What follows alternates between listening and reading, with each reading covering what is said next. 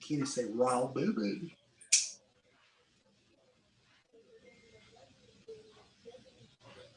You're not on camera.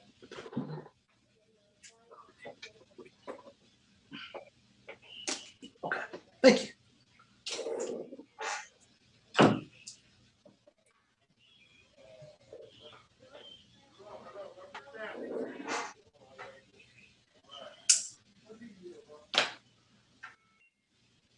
Like this And dude, then, he just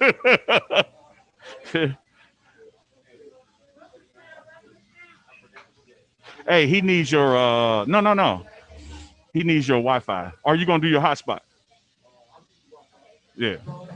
hey Neely, you frozen on my screen. It's probably just a lag or something. Can you hear me? I got you. Okay. Yeah.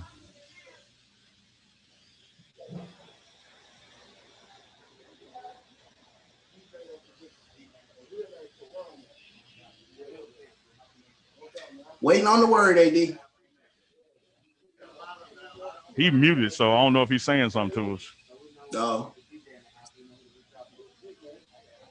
Been a minute since I heard from him. Is he all right? I know.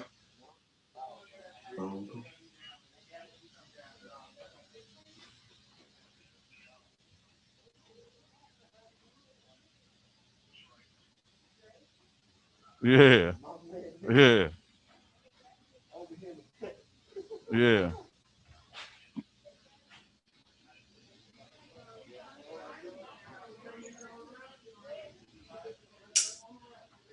AD alive, man? I'm checking in. I just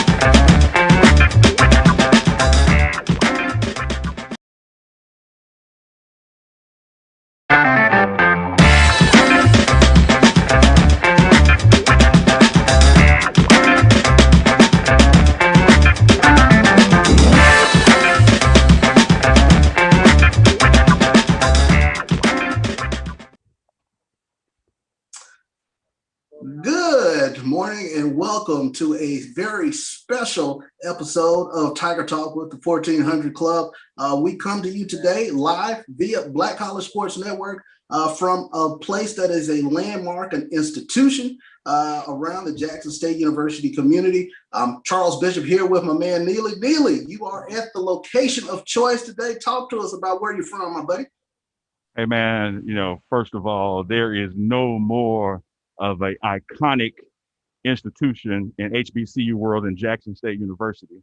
And there's no more of an icon place to eat in that atmosphere than Stamps Burgers. So we're here live from Stamps Burgers today, man. We're going from 11:30 to 1:30. Got some guests we're bringing on, talking about some hot topics. Let's just get at it, Chuck, like we're here. I know, we had the game postponed, so you stuck by in Houston to air from there, and we're just going to make it work, man. We're going to make no it doubt work. about it. No it's doubt going to be a about good it. day. We have a lot of great guests that are going to stop by with us today and talk a little bit about some things going on in and around Jackson State. But I wanted you to introduce our first guest and let us know who's coming up. Sure, man. Our first guest, is very timely. And we had this guest scheduled before the game got postponed against Valley this weekend. One of the things that we have to always be aware of is the pandemic. I have my mask on because somebody is less than 6 feet away. But as soon as they move, I'm gonna breathe.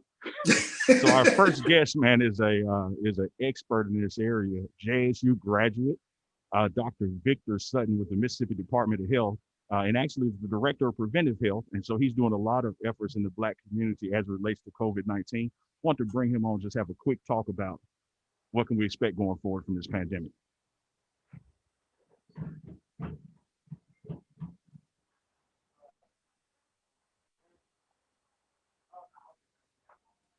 Dr. Sutton, you there? There he is. How's everybody? Doing well, Dr. Sutton. Man, Welcome doing in. good this morning. Talk about yourself. Oh man, just good working from home today, and a pleasure to be with you guys, man. Really big fans of what you guys are doing and what you guys are doing for the community and for ASU. I love. Man, we appreciate that, and the same kudos goes to you, man. The work that you're doing in preventive health way before this pandemic, in the areas of knowing your numbers, heart disease, even mental health awareness, all those things that impact the Black community that we can really address from HBCUs, particularly 1400 Lynch Street. Want to bring you on, man, because we're celebrating the spring season. We're trying to get back to normal, but we're still in the middle of a pandemic. So what are some words of advice and caution that you can give us from health as we stay more aware during these times? I think this is a very great opportunity as we come on the cusp of being canceled with our games with Mississippi Valley and Jackson State, which everybody was looking forward to. We're close to being back to normal if we will continue the course. We will continue the course of social distancing, washing your hands, and being mindful. But I think we have a unique opportunity because we have this vaccine here. And so we're working really hard to dispel the myths. Don't get your education from the internet. Get your education from the science. Get your education from folks that have gotten the science. You cannot get COVID from the vaccine. You just can't. Even though it was fast approved, but no steps were skipped in the approval process of the vaccine. And so we're really trying to help with the hesitancy. We still have hesitant issues in our community, but we also have access issues. And so we're trying to work through a number of different partnerships right now with HBCUs. Was talking to President Hudson on yesterday, and we talked with President Briggs from Mississippi Valley. We talked with West College president, as well as Alcorn as well, because we think HBCUs would be great sites for vaccination sites. They're trusted places in the community. Folks are comfortable going there. And what better way to serve the community as an HBCU that we're seeing is impacting our community. So we're looking at trying to dispel myths around hesitancy, and we're also looking at innovative ways to increase the access. Dr. Sutton, I wanted to follow up and ask, especially with regards to vaccinations. What you mentioned that there are a lot of myths and things of that nature out there, but what would you tell the person who is on the fence right now with regards to getting vaccinated? Appreciate it, Brother Charles. we're living through a historic time. Okay, no one want to see their kids not have a prom. No one want to. Everybody want to go back to the basketball to the basketball games and football games with the sonic boom in the stands, and be able to interact.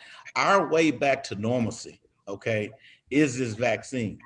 Our way back to normalcy, to getting back to where Brother Neely can be on site and not have to wear a mask, is going to be with this vaccine. There's just no way around it.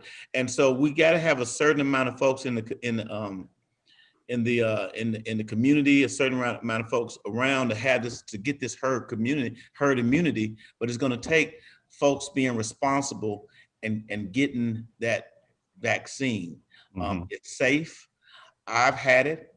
I can tell you my experiences. I mean, my arm was sore the first time I got the Moderna, and I got the second shot, and I got a little tired. I had to lay it down for a couple of hours. And everybody has different kind of effects, but I would much rather be a little tired or be a little fatigued than to be in the hospital, or better yet, give this to someone that I love carrying around. So, you know, that mask that Brother Neely has on, that's protecting him from you. It's so that's being responsible. And so to your question, Charles, is that we have an opportunity to get back to normal. The pathway is through the vaccine, and I'm tired of it. I'm tired of every these Zoom calls. I want to be in front of both of you guys and talking and seeing about those things and having that contact, because you know it's great in our community and hit our community. Because I tell you, if other folks catch a cold, Black folks catch the flu, and so we gotta make sure that we gotta do those things and protect our community. No doubt about it. Chuck, I appreciate that. Now, Dr. Sutton, he said his arm was a little sore. That may have been from all those preacher curls he does, because you know he ain't no slouch in the gym now. So, but you're exactly right, man. We're here to just dispel some of those myths out there about the vaccine. That if you want to get back to normal, if you want the sonic boom in the stands, if you want to be 60,000 in Memorial Stadium for our first home game this fall, the pathway to that is the vaccine. And as you wait on your turn for the vaccine, the pathway is mask. Wait. Hand sanitizer. Yeah. But that's not all. Yeah. You have to stay vigilant as we get through that process. And you can have a normal life. We're doing a live show from a restaurant. They got the burgers lining up, man. People are coming in, ordering. But we just have to stay aware. And when your opportunity comes to get the vaccine, we encourage you to get the vaccine. Dr. Sutton, anything else you got for us, brother, before we let you bounce off? Because you got the people's work to do out there. Oh man, I just want to say, man, you guys keep up the great work. If there's anything that I can do to help support that, I plan to do that as we look in coming into the later on this year and into the fall, because I think the platform you guys have created, keep spreading this message. And if there's anything from the health department, we support this program and support your work. We appreciate that, man. And let me just also say, I am loving the beard. Beard game, baby. Hey, I was inspired by somebody. Right. No doubt about it. Thank you, no one cared who I was until I put on the mask. That's right. Dr. Sutton, thank you, Dr. Sutton, for stopping by and providing that much needed information. All right. Keep up the good work, and thank you, guys. All right, thank you. Dr. Victor Sutton, Neely, providing us with some very poignant information in terms of what we have to do to stay vigilant to get through this pandemic so that we can get to seeing a normal fall season. If you will. Chuck, I'm Thursday, March 4th at 1 p.m. I roll that sleeve up. Oh yeah, it was just a way to show that Kappa brand off too. But you know, I roll that sleeve up and get that shot in. I'm looking forward to it, man, because that is the pathway back to what we call normal. Now that we have vaccines readily available and appointments and open up, we're just encouraging everybody to do the right thing, get an appointment. No doubt about it. The next guest that we have coming in here on Tiger Talk with the 1400 Club, special broadcast today here on the Black College Sports Network, is our president of our National Alumni Association, Dr. Alexia Norwood. She's going to provide some great information in terms of some things that the National Alumni Association is trying to do. So we want to welcome Dr. Norwood to Tiger Talk with the 1400 Club. Well, good afternoon, good morning. How are you, gentlemen? Thank you for stopping by.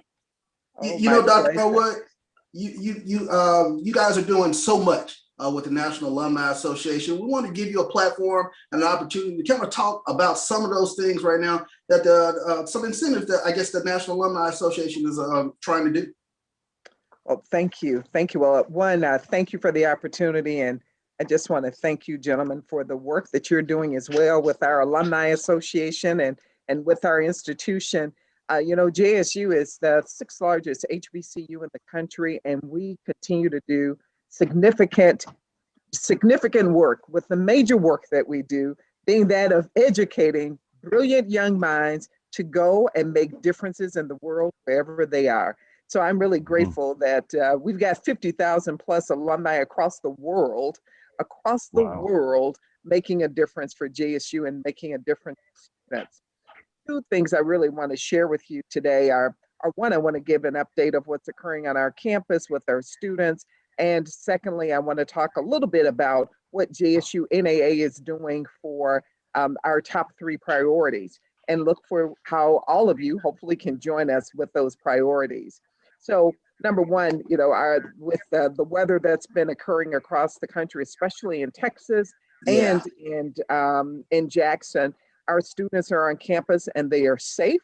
So I want all of our listeners to know that our kids are safe on campus. For those that are there, the president and the university have noted that this water situation with our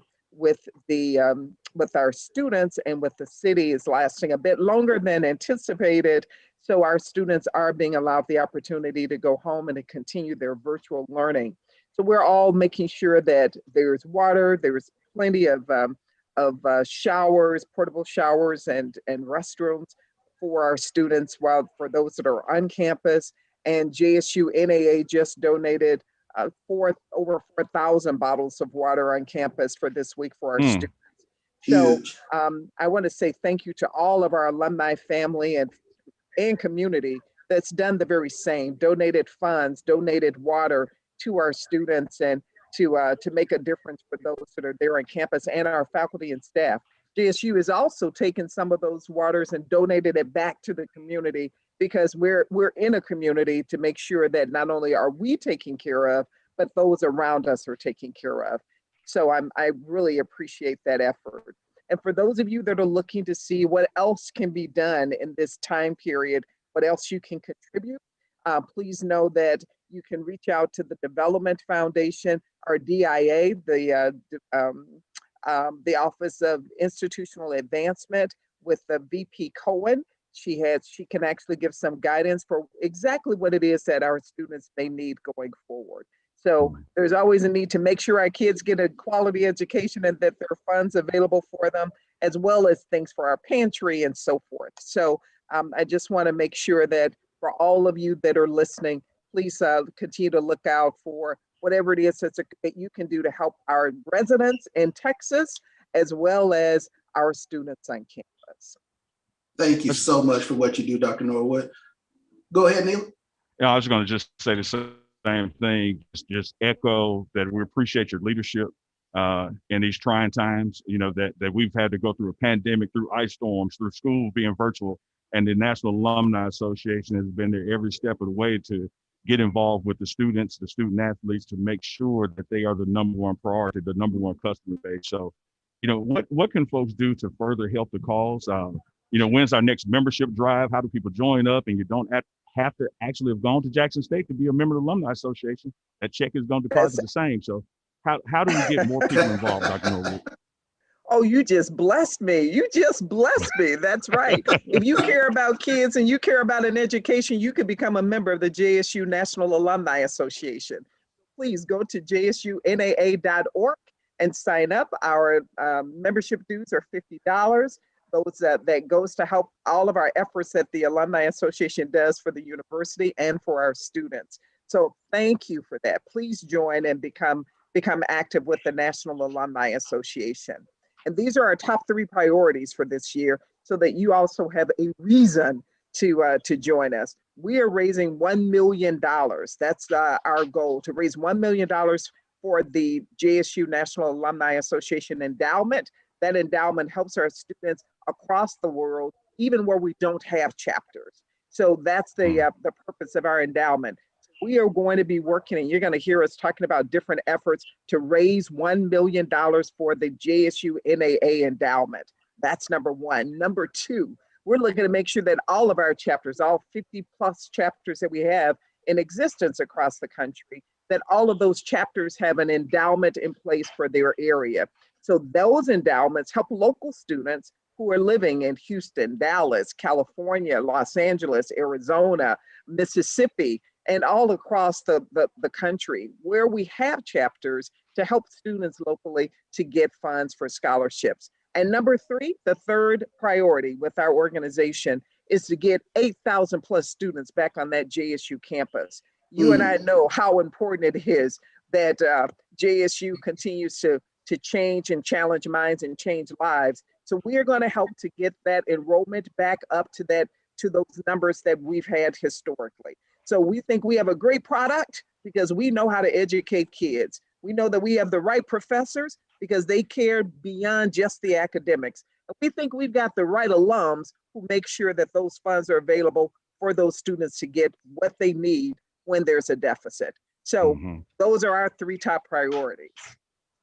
Well, thank you, Dr. Norwood. You always come in and you've been a guest on Tiger Talk before. You always provide tremendous information for all of our alums. We definitively just thank you for all that you're doing and for giving us an opportunity to sit and talk with you again to provide even more information about the Jackson State National Alumni Association.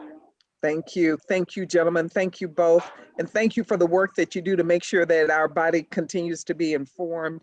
I'm really grateful. Your voices are making a difference for all of us, our association and our students in university. So thank you for your service. You're more than welcome. Thank you. Sure thing. Thank you. Okay. That was Dr. Alexia Norwood. She is the president of the Jackson State National Alumni Association.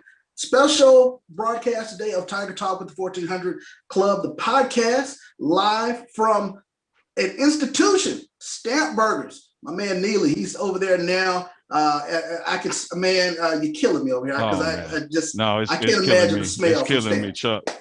So the viewpoint I have, I can see the burger assembly line. Oh man, I'm getting weak. No doubt about it. Here on the Black College Sports Network, we're coming to you live today from Stamps Superburgers. Just a tremendous lineup of a lot of individuals in and around Jackson State. We're going to surprise you with a few guests along the way, but Neil, we got our first game in last week against Edward Waters, man.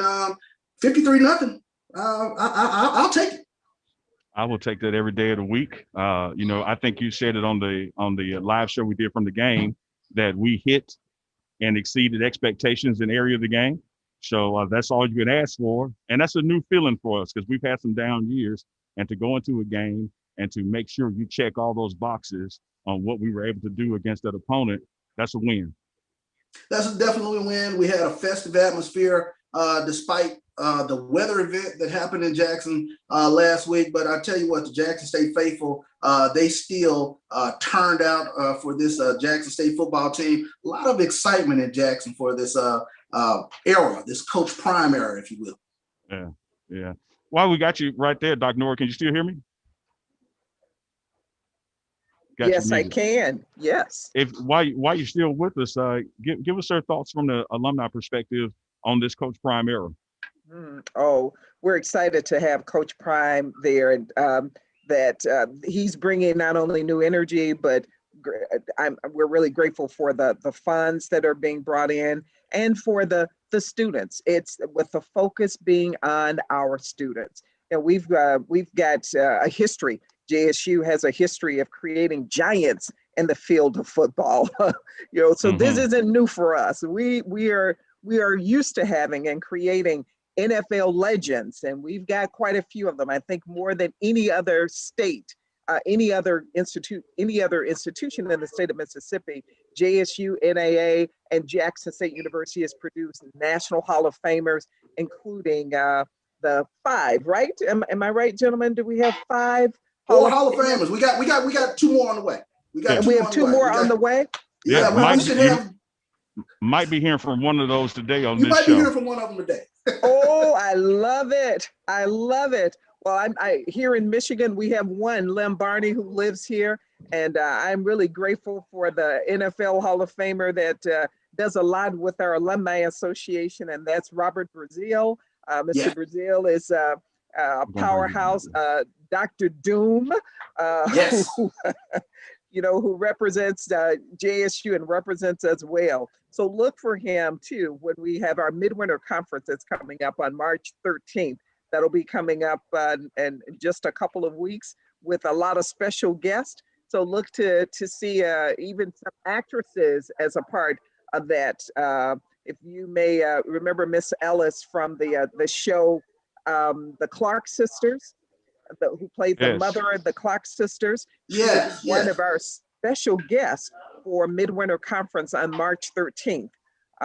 We'll also have some of our alums who were there the day of the insurrection at the Capitol, who'll be talking about what they saw and how with that entire experience. So, yeah. So thank you so very much. Thank you so much. We appreciate you stopping by and appreciate the information. We'll see you soon. And we love you.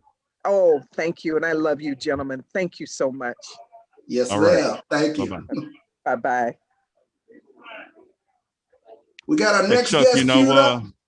Here's the thing, man. Athletics is the front door to university. I don't care what school you are. You don't know what the majors are in Notre Dame, but you know those gold helmets and touchdown Jesus. Mm-hmm. But Jackson State is fortunate enough that we have two front doors. We not only have our historic football program, we have the sonic boom of the South. And we have no other than Dr. Roderick Little, Director of Bands for Jackson State University, joining us. Come on in, Dr. Little.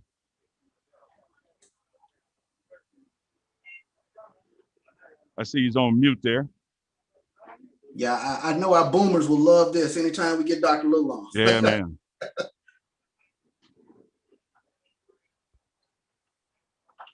So while we wait on Dr. Little to come in, I tell you what, last week, another band performance from the Sonic Boom of the South, Neil. There we go. There he is. Gentlemen, how are you? Dr. Little, how you doing? Hey, Doc, how you making it? Oh, man, with all things considering, God has been good. I can't complain. Yes, sir. Yes, sir. Man, we appreciate you stopping by Tiger Talk. You've been a guest on the podcast for show, and before we appreciate you coming by this live stream video because people love the boom. I think that's a hashtag. Hashtag LUVDABOOM, love the boom. So, Doc, we appreciate you coming. I know that this has been a different season this spring, the way you guys can enter the stadium, where you have to sit, your practices. Just give us an update on what's going on with the bands. Absolutely. Well, first and foremost, I would just like to thank our administration for all of their support, President Hudson and his entire team for being supportive of our group, in order for us to function. Most importantly and primarily, I want to make sure that we thank our students because they have done. Can you guys hear me? Yes, go right ahead. Okay, yeah, I would like to thank our students because they have done an outstanding job with functioning amongst a pandemic. And then we had the snowstorm about a couple of weeks ago. And of course, we know that there's a situation, in the city of Jackson with the water. So our students have been very resilient and they have truly showed their love for our band program and they should be commended. Absolutely. So to everybody that's on the call, if you're an alumnus of the university, if you are a former member of the Sonic Boom, please make sure that you thank those students for their major contributions that they have made to the Sonic Boom of the South. So we had our first game with Edward Waters last weekend, and obviously things were a bit different. And the reason being is because we did not have band rehearsal that entire week. And so we had to pull the band together on Saturday, and we literally practiced for 2 hours. And the reason we practice for 2 hours is we have to make sure that we fit within the guidelines, the CDC guidelines of COVID. And so our students came together and they put, the product that we saw on Saturday, together for our constituents and our fan base, and they were absolutely phenomenal.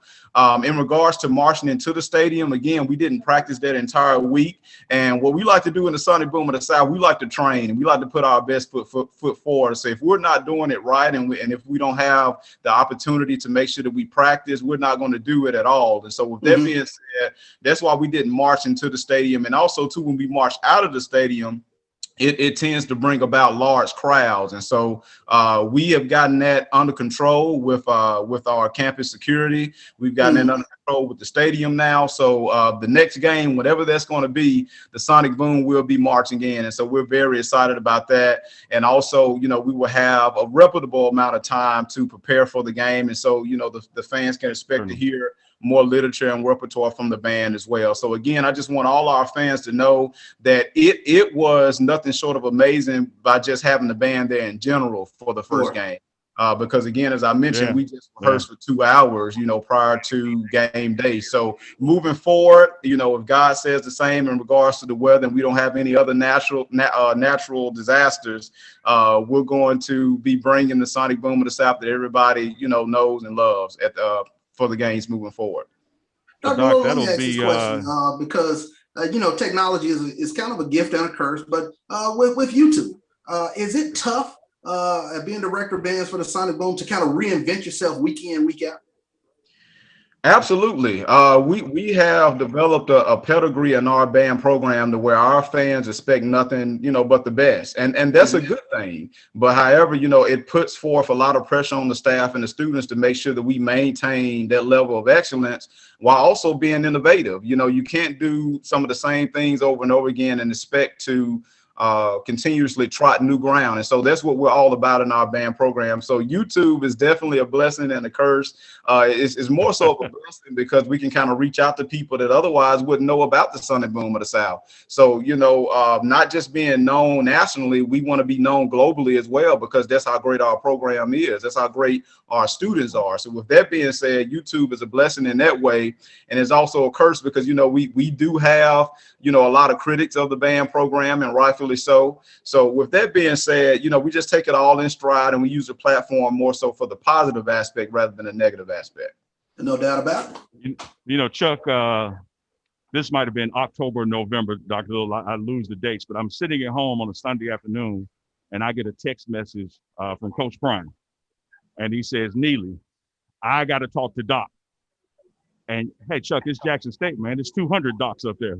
So I asked for a little clarity. He says, I need to talk to the head band director.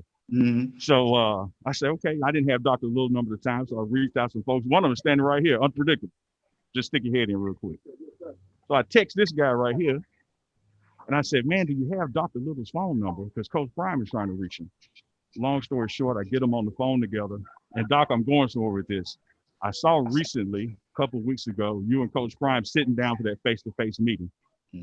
Tell us what you can. I know you can't divulge a lot of stuff, but what are you guys plotting for this fall, man? Because I was on that call, and the call was enough, but I wasn't in the meeting.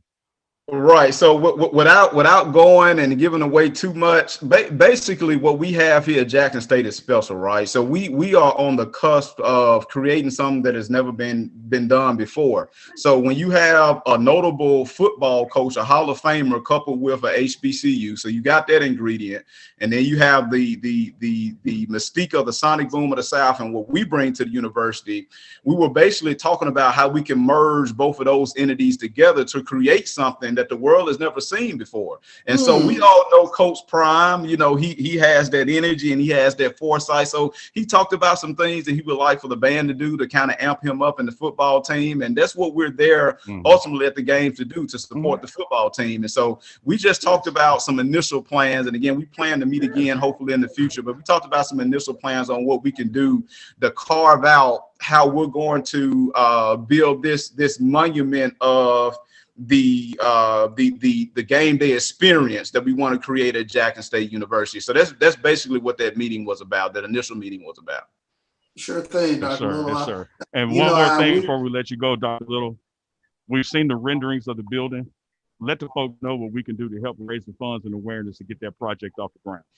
Well, actually, with the building, that particular rendering was not supposed to be shared. So I really can't talk about it. Yeah, so that was kind of leaked, if you will. So I can't disclose any information about that just yet. But again, I am indebted to President Hudson for, believing in the vision for the building. I think he had mentioned it on you guys' podcast, probably about a month or so ago. So that's something that we're definitely on. And once we get ready to roll it out formally, we just need, the support. Once we get approval from President Hudson, we're definitely going to move forward with that project. So just kind of stay tuned. Once we formally roll it out, that was kind of leaked out, but we're definitely excited about that project once we get everything formally approved. Well, I just want you to know now, when you go to my page and see it, I wasn't the primary link. It was a repost, so don't get mad at me, Doc. I love the boom. Don't call me though. No, I got it on Chuck page. We know it wasn't you, Brother Neely. We pinpointed the individual that put it out there, and it was actually the gentleman who is actually doing the renderings for us. So it was just miscommunication. I mean, he's excited about the product. He does amazing work. We are very thankful for him with putting that together. So I think it was just a sense of miscommunication. That's all, because everybody's excited about the project. Very excited. No doubt about it, Dr. Lil. Well, we appreciate you stopping by. So many great things coming out of the music department over there. Sonic Boom of the South. Doc, and I know you get this all the time. You probably be in the grocery store and somebody be like, "Hey, what are y'all playing this week?" We totally get it. So if I can make my little request, anything with Frankie Beverly and Mays, love it. Absolutely. Look, we're going to have some Frankie Beverly and Mays coming up the next game. You got my word on that. No doubt about it. Thank you for stopping by here with Tiger Talk with the 1400 Club. Really appreciate you stopping by. No problem, guys. It's always a pleasure. Keep doing what you're doing. Sure thing. We're going to take a break here. Tiger Talk with the 1400 Club. Charles Bishop and Neely. Hey, Chuck, before we go to a break, here's a quick teaser about who's up next, though. Uh-oh. Coach Reed is in the house. Coach Reed is in the house. I tell you what, when we come back from this break, we will talk with some more guests. Coach Reed over there in the house at Stamps Superburgers. It's Charles Bishop. It's Neely. It's Tiger Talk with 1400 Club. We'll be right back. Support the Black College Sports Network so we can continue to provide you coverage. Go to myjbn.com/support and be a part of the Black College Sports Network. They can follow their dreams. Have you had your Earth Blend coffee today? At Earth Blend Coffee, we take pride in offering you the very best of beans across the world, blended and roasted to perfection, giving you superior quality and satisfying and flavorful taste. Experience the world in one cup with Earth Blend Coffee.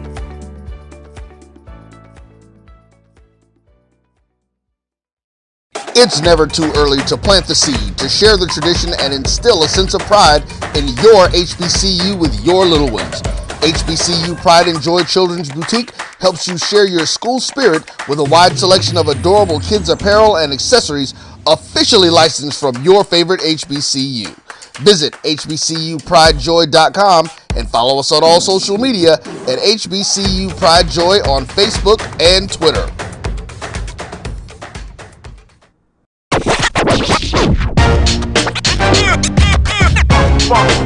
It's like a loop machine. All around town, people trying to get down.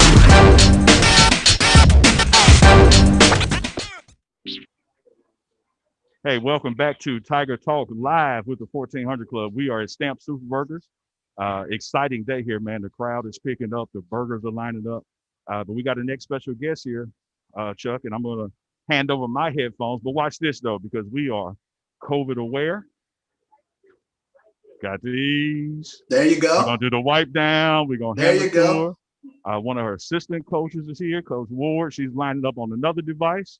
So we're about to have a little fun. Y'all ready? Here we go.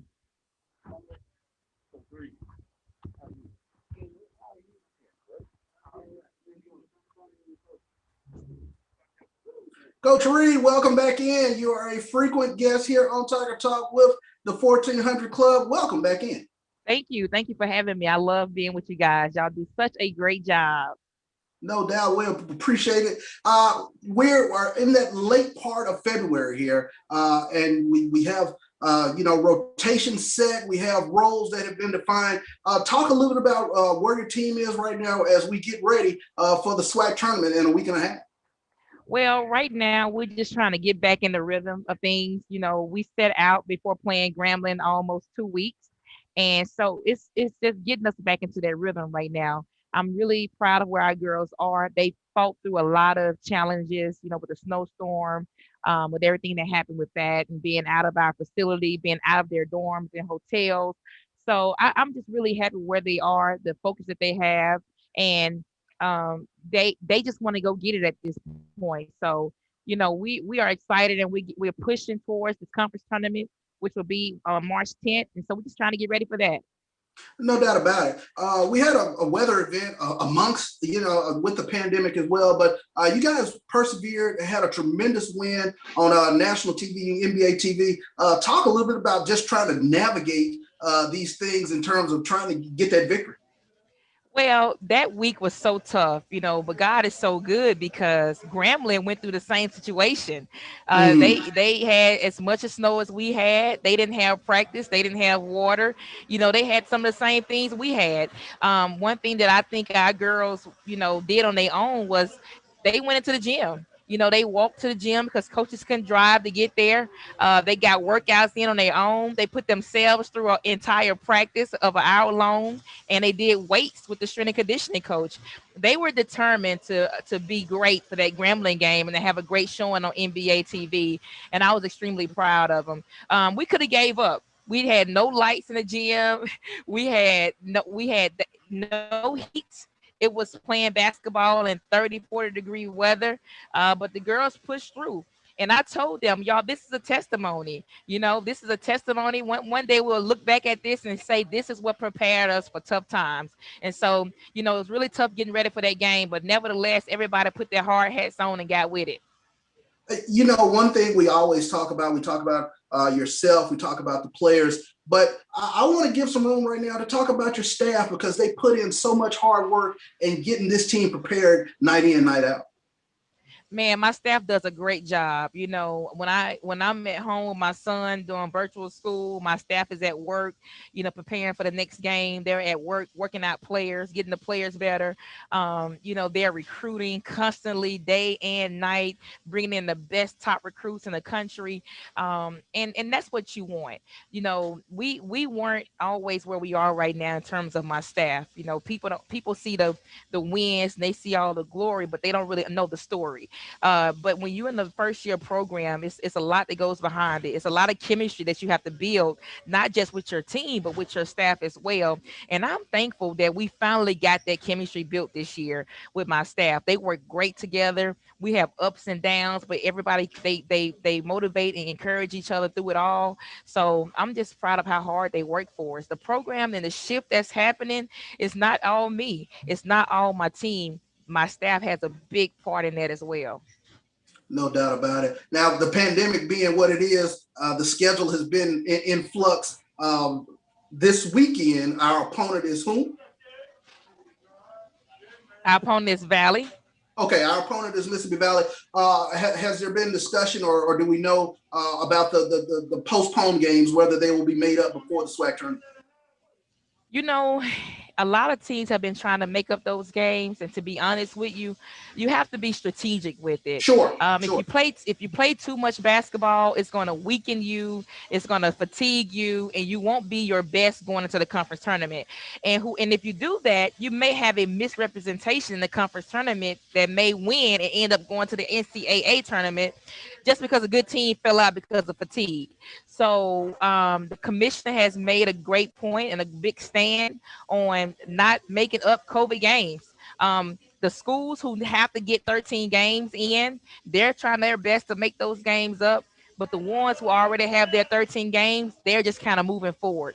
And right now, I'm really hoping we can just keep moving forward and not make up games because we don't really have space for them.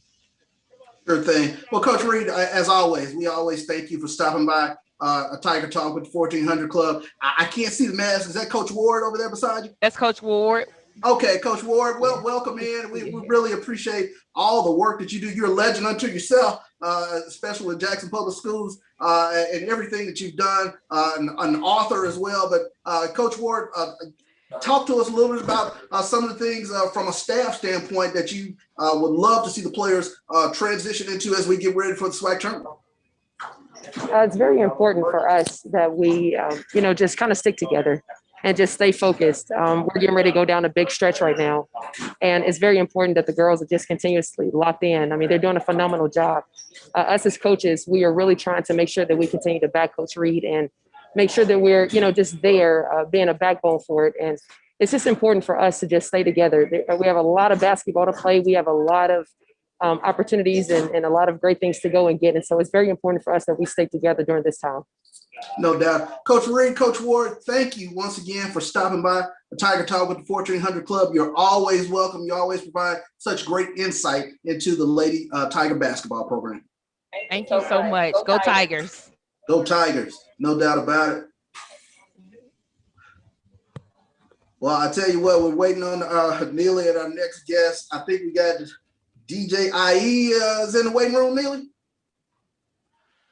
Yes, sir. I think he is, and we got Unpredictable here, so he can come on over. And we got SID Driscoll in the building as well, man. Crowd's picking up here. I know we got some other coaches and players on the way. There we go. Is that DJ Unpredictable? That is Unpredictable. He get his headphones in now. Okay. My bad. Well, you're on the camera now, so yeah. Driscoll walked up during the live to correct me on something, so. But of course. Yeah. No doubt about it.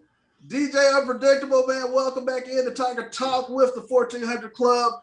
You guys have a yeoman work coming up here in September down in Miami. Talk a little bit about what you guys have planned for that Jackson State, Florida A&M Orange Blossom Classic. Hey, listen, man, first and foremost, I want to thank Tiger Talk Podcast with the 1400 Club. I want to thank Stamps Superburger for allowing us to be here today, man. And shout out to everybody who has spoken before me. Go Tigers, go Tigers, go Tigers. And, before I start anything, man, I just like to sing a little bit and say, I'm so glad I went to JSU. You know what I mean? Like, some people that don't hit their heart like it hit mine. But I get it. It's not the D I love ain't in their DNA, but Miami during Labor Day weekend, Jackson State University, Florida A&M University, historically black colleges and universities in South Beach, Miami on Labor Day weekend is going to be a big deal. And our crew, we came to play, which consists of myself, DJ IE, who is on the call now, DJ Freeze, man. We are excited about some of the outstanding events that we have planned for all HBCU when they make it to South Beach, Miami during Labor Day weekend. We have ourselves a Welcome to Miami party that will be held on that Friday, September 3rd at Racket, which is located in the Wynwood district of Miami. And then on that Saturday, we have an amazing denim and white yacht party. And I'm going to let my man DJ IE speak on that a little bit more. But Racket for that Friday night, it's in an artsy district. It's located in the Wynwood area of South Beach, Miami. And man, listen, it's going to be a big deal from 5 p.m. and we'll take it all the way to 2 to 3 a.m. in the morning.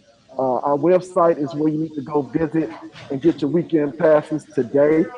It is going to be WeCame2play.com/Miami 2021. Get yourself a weekend pass, and it's going to be a big deal. And at this time, I'm going to yield to my business partner, DJ IE. Let him introduce himself. Tell you guys more. Well, let's do this. Won't you yield to the host? Oh, how dare me?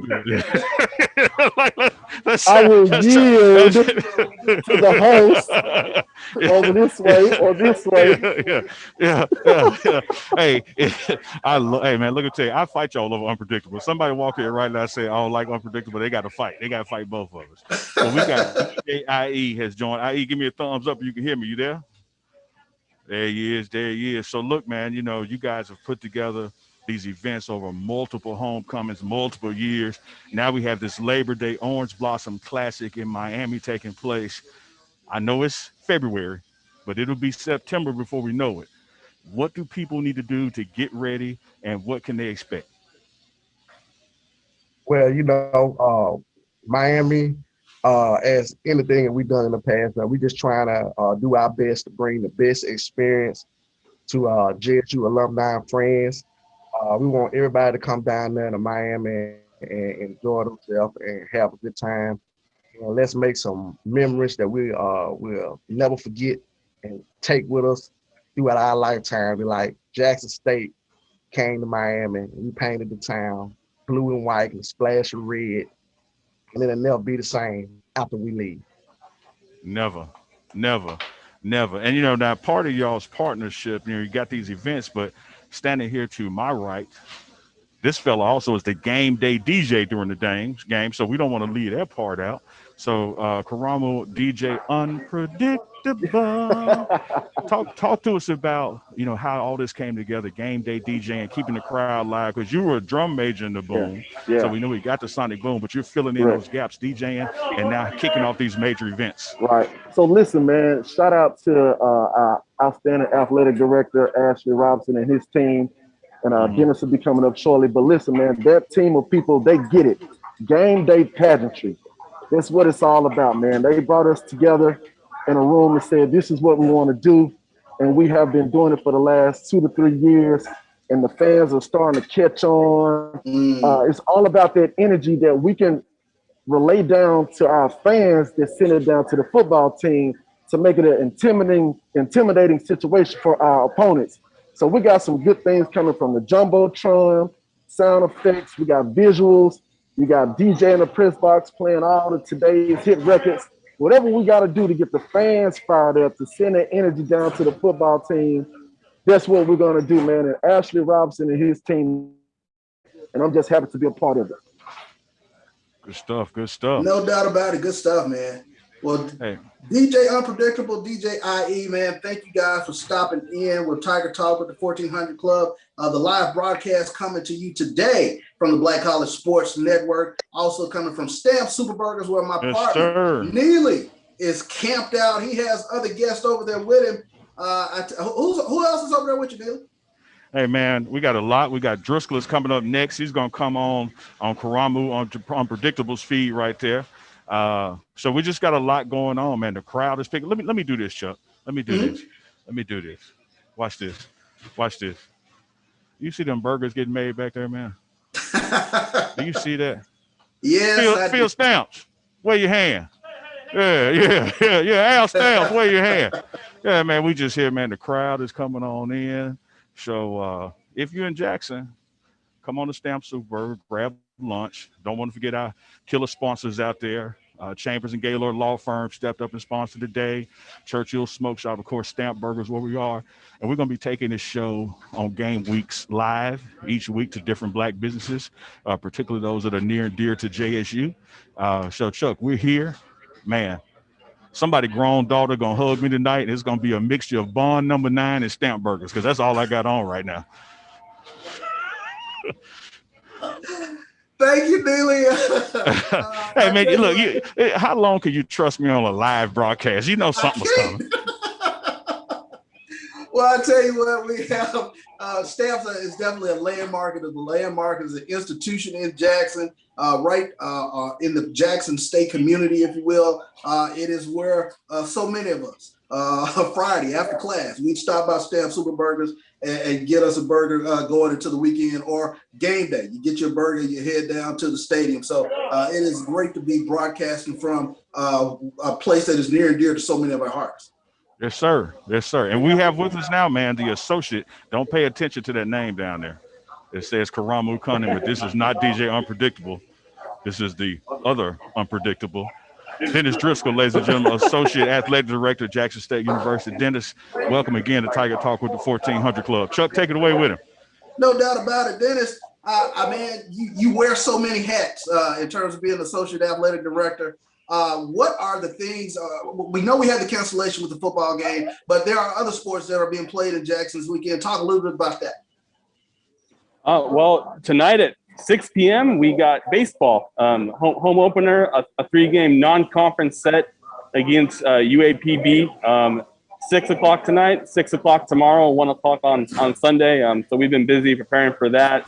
Then, of course, you got the SWAC tennis roundup in Baton Rouge. That was postponed last week, so they moved it to this weekend. And then we have basketball on the road at Valley. Softball's in Vicksburg. Soccer is Sunday in Vicksburg. So what you have right now is just JSU sports nirvana. It is everywhere. It is everywhere. No doubt about that. It's definitely everywhere. And like I joke with you all the time about wearing so many hats, but you do them well. You do them well, and we're very appreciative of all the work that you put in on behalf of Jackson State University. What are some things that you really want to get out about Jackson State Athletics? Man, I'll say personally, the love that Jackson State has shown me has been fantastic. So just on a personal level, that's what I want to say. I want to say thank you to all the alums and all the supporters that I know at a personal level. Neely right here. Yes. You know, I'm not an alum of JSU, but I feel like I have more of a relationship with Jackson State than my own alma mater. So let's not broadcast that around. I'm pretty sure there's a school up north that would probably get a little mad at me about that. But, you know, Jackson State brand is something that is just, you can't compare it to anything. The block is legendary, just not in Jackson. Like, let's go back to the day of the PlayStation 2 when Jackson State was on the video game. Yes. I used to, and you know, I'm in middle school at the time. I used to import Jackson State into the Big 12. And I would play them, you know, just you can do that, start a dynasty. And I just didn't know. I mean, at that time, I didn't know what Jackson State was. But I heard of Jackson State. And then growing up as a football fan, Jackson State, to me, is, you know, it's a top-tier blue blood program. Mm-hmm. Just not in football, but everywhere. And that's the reason why this position attracted me. I mean, this is the top of the top. You know, this Jackson State is the best of the best. So, you know, I'm trying to build upon that with social media and marketing and take it to the next level. You know, we lead the SWAC in all the social media. Like, it's not even close.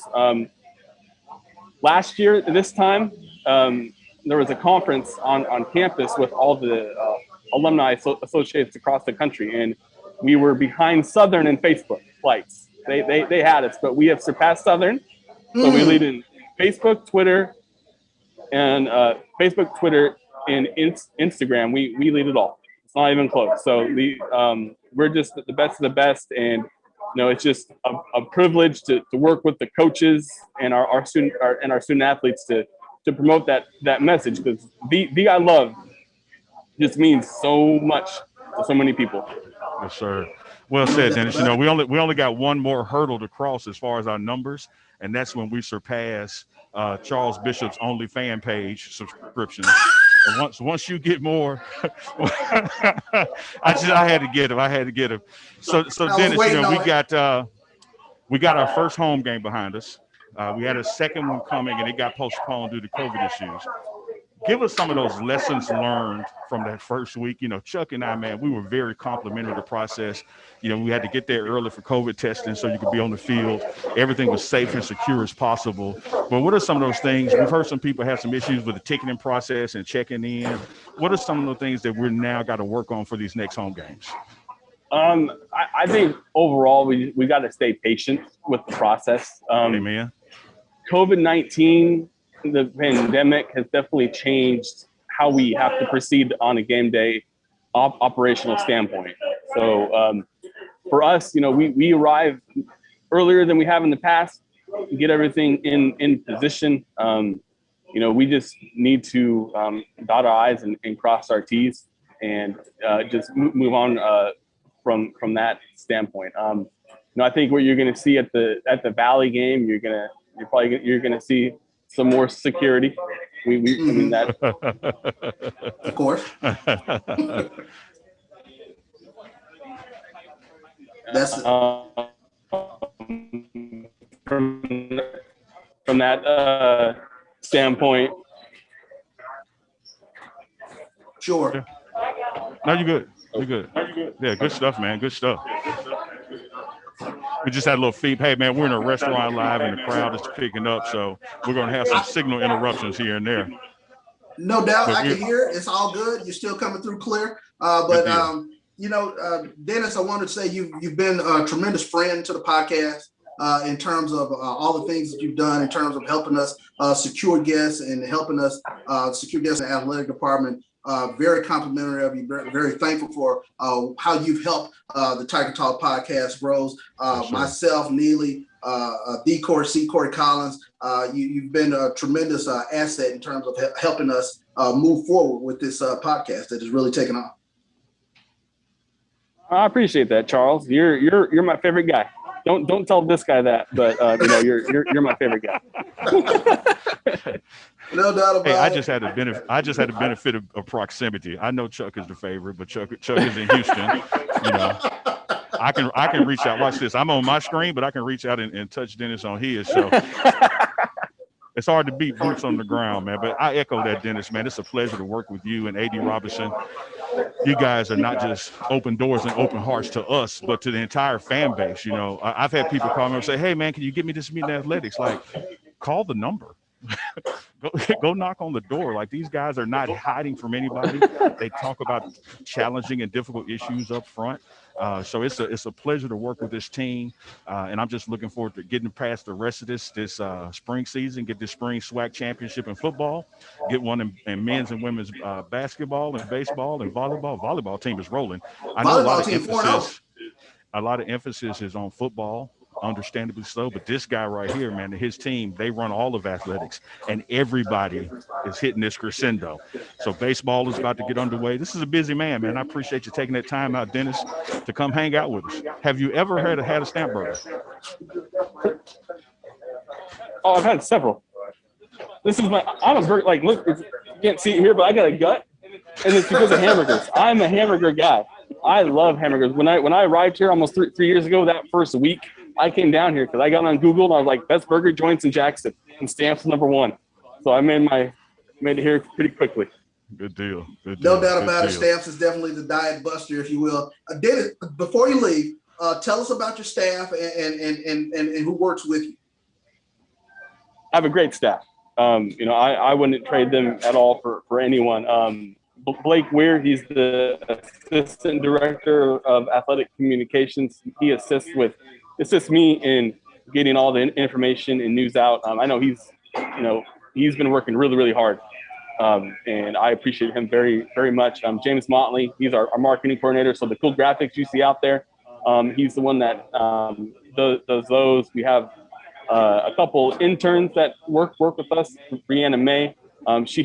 We joke with her. She kind of feels like she schedules our days for us. She keeps us on track, and we have several work study students that help us. And we're definitely appreciate their effort, because at the end of the day, for these operations to work, students are a key part of that, and they gain that experience that they need, and they become involved in something that's just awesome, and that's Jackson State Division of Athletics. No doubt about it. Well said. Dennis, we appreciate you, man. And like always, I'll be texting you later today and tomorrow and calling. So it's not a goodbye. It's a talk to you in the next 30 minutes or so. All right,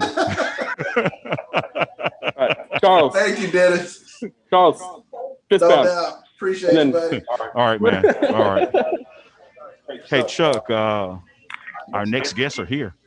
Oh, okay. They're already here. They're actually ordering right now. And I'm going to get them over here. and see if they're ready to go. Hey, Coach. So no doubt, it is Tiger Talk with the 1400 Club, the podcast live special edition here on the Black College Sports Network. Today, we thank our producer, AD Drew. He's helping us out tremendously today. We're very appreciative for everything that AD is doing back at the boards. Definitely want to shout out other Tiger Talkers, the Corey Collins. It is his brainchild, and we are innovative enough to get this live broadcast in today. And we have Coach Burke, and it looks like James McKinnis with us. Welcome, yes, guys. let me tell you this, Chuck. I'm gonna wipe these off and give them to Coach Burke, but it's rare that I have to look up to somebody. Like it's real rare, but I not only look up to this guy physically, I look up to him figuratively. Like, this is a pillar, man. He's out of Provine, and we're over here in West Jackson down the street from Jim Hill, but I got him in on the pass, so he's good. But, man, just a phenomenal coach working with young men. Our assistant coach for men's basketball, and he brought with him J Mack. So, Chuck, you got J Mack, who's killing the SWAC and rebounding and block shots and just 50-50 balls. So, next up, man, we got Coach Kason Burke and J Mack. No doubt. Coach Kason Burke, welcome back into Tiger Talk with the 1400 Club as you get your headsets on. Okay, thank you. Thank you, Coach. Welcome back into Tiger Talk with the 1400 Club. You guys are one of the hottest teams in the SWAC, 7-0 in SWAC play. You've conference games wise, 17 out of 20 over the past year. But talk a little bit about the DNA of this team and how you guys have really turned it on this year.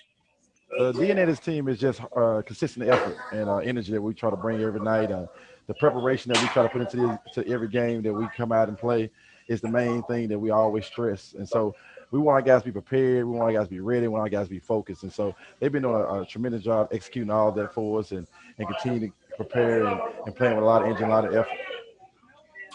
James McKinnis, man, I tell you what, you are a bundle of energy night in, night out, block shots, rebounds. Talk to us a little bit about how tough it is night in, night out in terms of anchoring one of the best defenses in the SWAC. It's pretty tough, but you have teammates around you. You got guys coming in and off the bench, and especially in practice, you got the younger guys, that's preparing us for the game. So it's tough, but when you got guys around you who's there to help you, you get the job done. Get the job, no doubt about it. Coach Burke, I asked this question to Coach Reed in terms of where we are in late February in terms of getting prepped for the SWAC tournament. Talk a little bit about where you would like to see this team as they are right now, getting ready for the SWAC tournament in about a week and a half. This time of year, you want to put yourself in a position to be going uphill. You don't want to be in a stagnant place. You want to put yourself playing great basketball. I think, we want to be sound offensively. I think we can be better defensively. I know we got one of the better defenses in the league, but it's some stuff that you want to be sound and sharp going into, SWAC conference play tournament. So right now, we just kind of focusing on controlling the details, being very, very detailed about what we do, very, very intentful about what we do, and communicating what's our intent, what's our purpose, and what we're trying to do as a team collectively. And I wanted to follow up on what you were saying about taking care of the details. Most fans will ask, what are those details? What are the things that you guys are really trying to hone in? The details in terms of being focused each and every day, taking care of things A to Z. Make sure you're mentally focused as far as free throws, not turning the ball over, knowing your assignments, not having mental lapses. Those are the small things and little tidbits to help you win championships. No doubt about it. Javis, I wanted to ask you this question in terms of not just what you do in terms of your defensive prowess, but this year, what are some of the things that you probably did in the offseason to kind of prepare yourself during these unprecedented times to really kind of get into more of an offensive groove within this offense? Really just like working on my game. I have people that I know, like it's a place called Minahall, McGee. They was really helping me get in the gym because I couldn't really get in the gym. And Brandon and Pearl, so I used to just go down there, get in the gym, just work on my shot, just work on like the little things, like stuff that can make my game better, not just on defense but offense. And then really appreciate it, no doubt about it. Coach Burke, Javis McKinnis, we really appreciate you guys stopping by Tiger Talk with the 1400 Club. You've always been gracious in terms of the time that you've given us, and we really thank you for giving us more time today. Thank you for having us. Bro, thank you.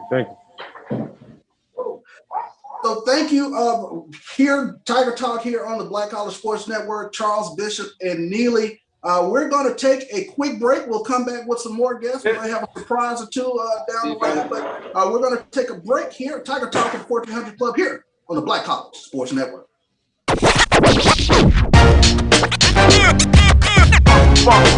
It's like a loop machine.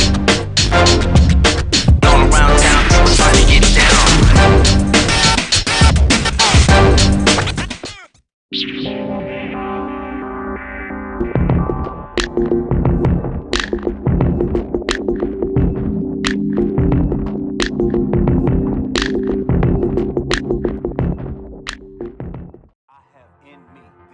Support the Black College Sports Network so we can continue to provide you coverage. Go to myjbn.com/support and be a part of the Black College Sports Network. Have you had your Earth Blend coffee today? At Earth Blend Coffee, we take pride in offering you the very best of beans across the world, blended and roasted to perfection, giving you superior quality and satisfying and flavorful taste. Experience the world in one cup with Earth Blend Coffee.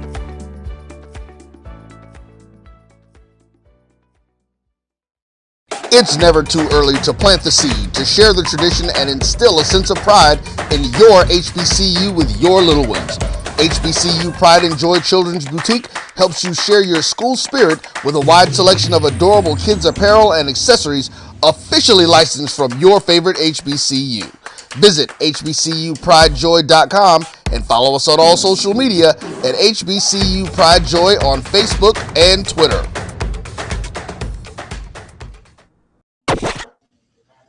HBCU's Pride and Joy. Hey, Chuck, man, you talk about pride and joy. Can I show you something, Chuck? Show me something. What you got? You gonna brace yourself?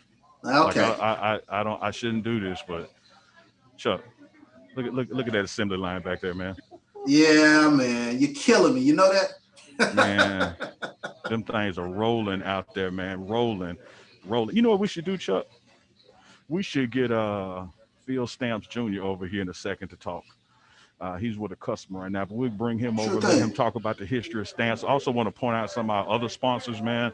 Churchill Smoke Shop, Chambers and Gaylord Law Firm, of course, Stamp Burgers, where we are today. And we're going to continue to do these live shows. I know this past weekend, we went live from the game with a couple of succinct interviews, but we're going to move around the city some. We're going to showcase Black businesses in Jackson, bring the show, do the episodes live from there, bring in guests. So, we're going to be on to 1:30, so another 45 minutes or so. We got some key guests coming up that you don't want to miss. Chuck, we're having a good time, man. This beard is smelling like Stamps Burgers. I got to get one in me. No doubt about it. Of course. Well, I tell you what, this has definitely been fun in terms of broadcasting live from Stamp Burgers. And I tell you what, the guests so far, they've provided us tremendous information going all the way back to Dr. Victor Sutton, who talked to us a little bit about COVID protocols as well as getting the vaccine. Dr. Alexia Norwood, she talked to us a little bit about Jackson State National Alumni Association. So DJ Unpredictable came in and gave us some information about what they're going to be doing down in Miami. Coach Reed, Coach Burke, Javis McKinnis. We've had a great lineup of guests, got a couple more surprises to go. But Neely, who do you have with you now? Man, I got Phil Stamps Jr. coming in. He's getting his earbuds in. And, this business has been here, man, since the early 80s. Now in its third generation. I remember when I came here. Wait, let me do it this way. I'm sorry. No, wrong way. I got you. You see that picture right there? Yes. Yeah, see, that's Mr. Oh, yeah. Those are founders, man. They fed me a lot of times in West Jackson growing up. Then my Jim Hill buddies back there, Al and Phil, and this is Phil Jr., third generation, coming into this business right here on Dalton Street. Phil, welcome to Tiger Talk with the 1400 Club. We appreciate you having us. I know Chuck is going to have some questions for you. Yes, sir, Chuck. Phil, I tell you what, Stamps is definitely, we keep saying it, as an institution, it's a landmark. Talk to us a little bit about the history of the Stamps Superburger.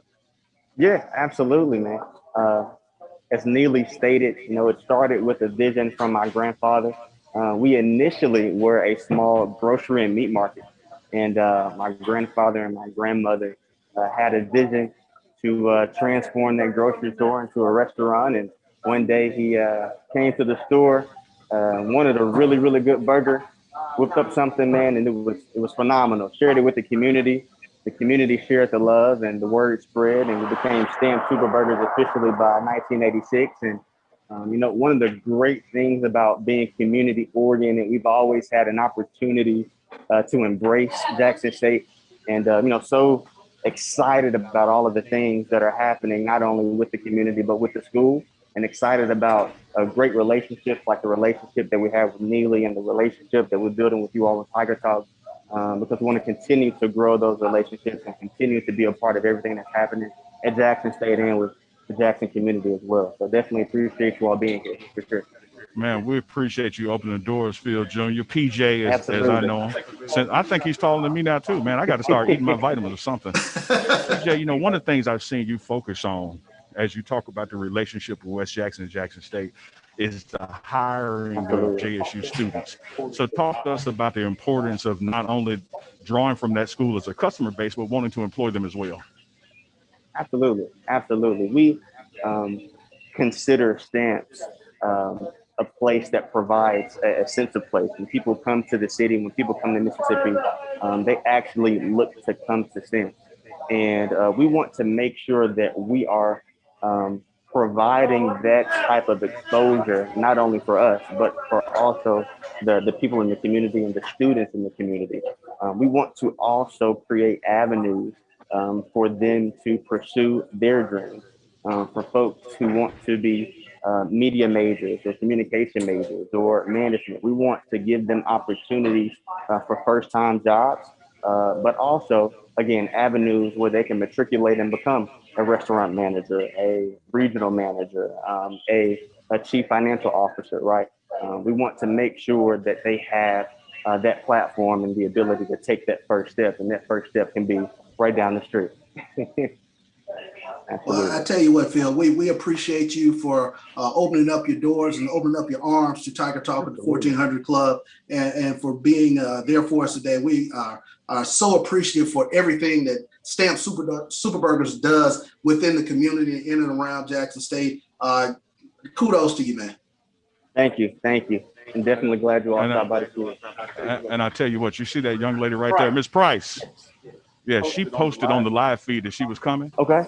So as a surprise to her, we got her lunch today. Tiger Talk got your lunch today. Phenomenal. Yeah. So if you pull up today, pull up and say, I believe. Say Tiger Talk 1400. We're going to take care of you, man. How about that? Tiger Talk with the 1400 we appreciate Club. you, brother. Thank you. Absolutely. Thank you all coming in. Tiger Talk with the 1400 Club coming to you live today from Stamps Superburger, here broadcasting live here on the Black College Sports Network. Neely, who do we have in the room now? Hey, man, we got a special guest out there that's coming in, Chuck. We're about to let him in the room. Now, you remember when we were at the stadium last Sunday, we interviewed Troy Aikman. Yes. We got another heavy hitter today, an emphasis on heavy hitter. Not a quarterback, but he's put a couple of them down and made some interception in his career. No other than Oklahoma Sooner Cowboys legend Roy Williams. Roy, welcome to Tiger Talk with the 1400 Club. What's going on? Man, can't complain, brother. How you doing? Why are we doing the interview with a mask on though? For real? Man, because we got rules here in the state. I'm less than 6 feet from. So I know you want to see your boy. Look, hold on. Roy want to see his boy. Welcome back. Roy, Appreciate you coming in, Roy. Nah, man, no problem. I'm good, man. I just got back from San Angelo, Texas. Took some clients out there hunting on a hog helicopter hunt. So it was good times. Good deal, man. Sure Good deal. So I know you have been to Jackson several times, and Churchill Smoke Shop, one of our sponsors today. Have you ever had a stamp burger though? Nah, I don't even eat meat. So but they got turkey burgers, Roy. I won't even eat turkey. Turkey. They just got lettuce and cheese and buns. I can do that too. Okay, we're not gonna let you off the hook, bro. Is what I'm saying. I can do a L, not a BLT, but a LT. I can do LT. I got There you. I go. got you. I got you. Well, Roy, one of the things that I wanted to bounce off you, man, as a former Cowboy and professional athlete, when you first heard that Deion Sanders was becoming the head coach at Jackson State University, what was your reaction? I thought it was a blessing on both ends. I thought the JUS family was about to get a gym, and I felt that Deion was going to walk into I thought he was going to walk into a situation where it was unknown, but then he was going to come out shining. You know what I mean? I'm not going to say it's a bad situation, but I'm not going to say it's a great situation he's walking in, because I don't know the history of the program. But I know that I'm pretty sure Jackson State has had some down years over the past couple of years. And I think that basically that shot of basically that injection of Deion Sanders is going to electrify a lot of people, you know what I mean, as well as the team. And I think you guys seen that with the preparation that they've had this offseason and their first game. You know, Roy, I wanted to talk with you a little bit about, you played on some championship squads. What are sort of the DNA or the characteristics that you think that Coach Prime can inject into this Jackson State football team? Confidence, one. That's for dang sure. The confidence that compete, that the heart, the determination, that will to not quit. You know, even if a play doesn't go your way, it's okay. I mean, hell, I'm pretty sure. I mean, every athlete that has made it to the pinnacle, to the NFL, can say every play is not going to go your way. And with his firsthand experience and knowledge of playing the game and being a Super Bowl champion and being a baseball player, you know, now being a coach and an analyst, analyst. I mean, he has every spectrum of football captured, and his knowledge and input is vital to his team's success if they buy into the system. And that's a very key thing, because I remember when Mike Zimmer used to Coach Zimmer, sorry, I'm not on first name basis. Coach Zimmer used to have Prime come out and he talked to us. I mean, he had everybody excited, wanted to compete. You know what I mean? It's one of those deals where, for me, I watched Deion growing up, our Prime, Coach Prime. I watched Coach growing up, and to be able to have him come talk to us at practice, it's one of those, you don't want to let your big brother down type deal, you know? And it's just that you not put him on a pedestal, but you hold him at a high regard, and a respect level is at an all-time high, especially as your coach. And, you know, who wants to let their coach down? You know, Sure. So you can always, I'm pretty sure you're always going to get their best, always. Yeah, you know, Royce, it's funny you mentioned that. We talked to a couple of the players post-game last week, and they had been on the team in prior years, and a reporter asked, like, what is one of the key differences y'all see? And they said consistency and discipline, that it doesn't matter who you are on the team, that you may have to run the field from a mistake just like everybody else. Everybody's held to the same standard. We have to dress alike. Everything is down to the detail, all the way down to where a shirt is tucked or not tucked, that everything is attention to detail, and the standard is not negotiable for any member of that team, regardless of who they are, seniority or last name. So talk to us, Roy, along those mechanics about how that helps build into winning a championship, because that's what he's here to do. He's here to win a championship and raise the standard for all HBCUs.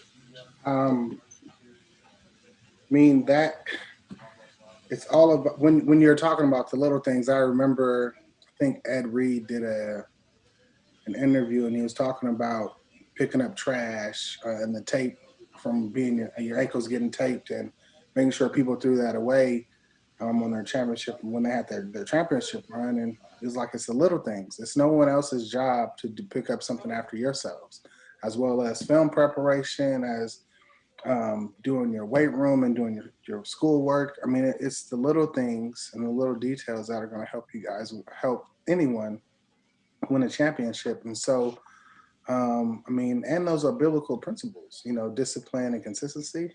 You know what I mean? Why not fall back on biblical principles when you're trying to accomplish something great? Mm-hmm. No doubt.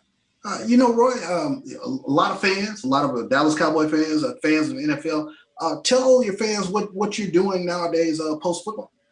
I'm here in Oklahoma chilling. I own 3 security companies, 2 of them which are personnel driven, actual physical guards. So we operate in about 25 states, got over 2,000 employees, and then I own a camera company where we do cameras, access control, IT security, and we work from California to Florida, everything in between them, in China. Well, I tell you what, Roy, as it relates to security, maybe we needed your company last Sunday.